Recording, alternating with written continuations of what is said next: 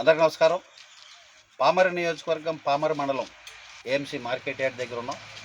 ఈరోజు ఉదయం స్టాక్ వచ్చింది, ఎరువుల స్టాక్ వచ్చింది.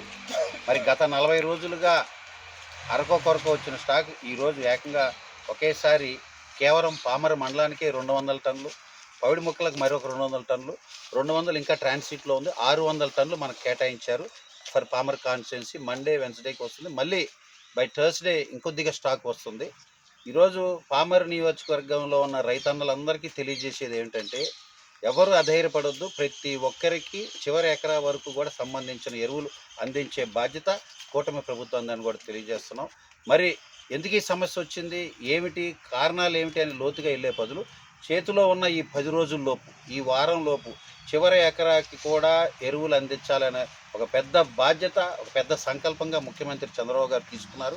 అందుకనే పొద్దున టెలికాన్ఫరెన్స్ పెట్టారు. నిన్న కలెక్టర్ గారు ఏకంగా 10 గ్రామాలు ఆయన తిరిగారు. అంతకు ముందు రోజు కూడా నేను కలెక్టర్ గారు కలిసి మాట్లాడుకున్నాం. ఈరోజు ఉదయం కూడా మాట్లాడారు.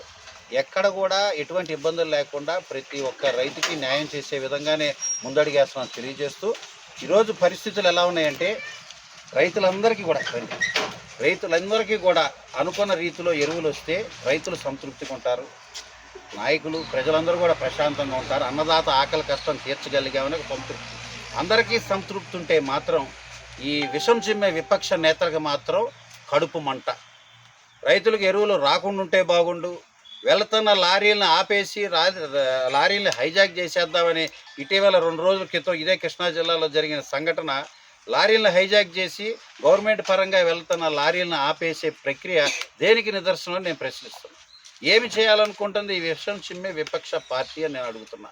ఈరోజు తప్పు చేసిన సమస్య, సుంకాలు పెంచి ఇండస్ట్రీ వారు ఏదైతే ఎరువుల్ని తయారు చేసేవారికి ఆ రా మెటీరియల్కి సంబంధించి దాన్ని తక్కువ దిగుమతి చేసుకుంటాం అనుకున్న రీతిలో తయారీ దగ్గర ఇబ్బంది అయిందా, లేకపోతే ఏదైతే కల్టివేషన్ చేస్తూ ఆ పిండి ఎక్కువ తీసేసుకుంటుందా, లేదా ఎండల మూలాన ఈ తీవ్రత మూలాన, లేదా 20 రోజులు ముందే కల్టివేషన్ నీళ్లు ఉన్నాయని వాటర్ వచ్చినాయి కాబట్టి సాగు ముందుగా సాగేసరికి ఇబ్బందా, కారణాలు నేను గురించి మాట్లాడట్లా.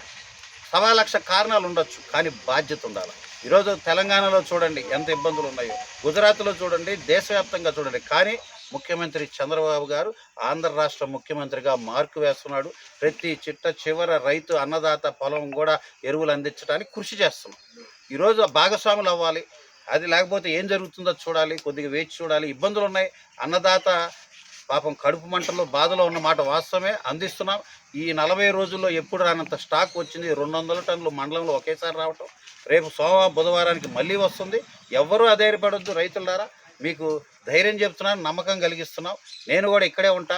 ఏమన్నా నా ఫోన్ నెంబర్ ఆఫీస్ ఉంది, నాయకులు ఉన్నారు, ఏఎంసీ చైర్మన్ గారు ఇక్కడే సోమన్ బాబు గారు ఉన్నారు, అదేవిధంగా project committee chairman vice chairman Ganesh garu ఉన్నారు, మండలాధ్యక్షులు housing corporation director Ramalingeswara garu ఇక్కడే ఉన్నారు, ఇతర నాయకులందరూ ఉన్నారు, జనసేన తాడిశెట్టి నరేష్ గారు ఇక్కడే ఉన్నారు, అదేవిధంగా ఇతర నాయకులందరూ ఉన్నాం, అధికారులు ఉన్నాం. అధైర్యపడొద్దు. రాజకీయాలు చేసే సమయం కాదు ఇది.